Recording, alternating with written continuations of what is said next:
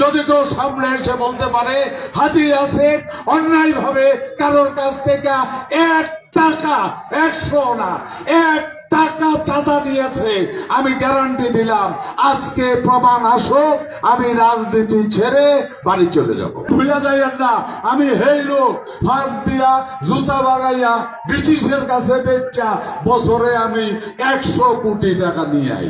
আমি যা কামাই ওইটা দিয়া খাই, কিছু সঞ্চয় করি, ওইটা দিয়ে আবার বাড়াই। আমি কমিশন ফাটি না।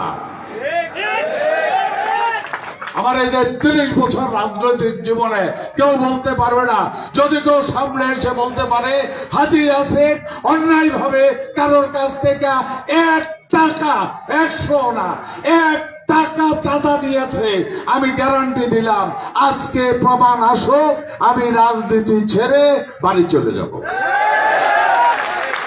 এটা আমার বুকের সাহস। আমি সততা দিয়ে জীবন যাপন করি, আমি প্রমাণ করেছি সততা দিয়ে জীবন যাপন করলে মানুষ গরিব থাকে না।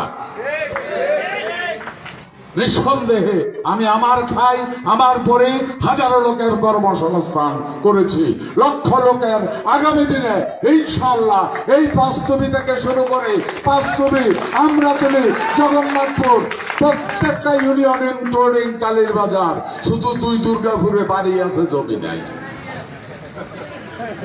তারা 2 দুর্গাপুরে বাড়ি আছে, জমি নাই।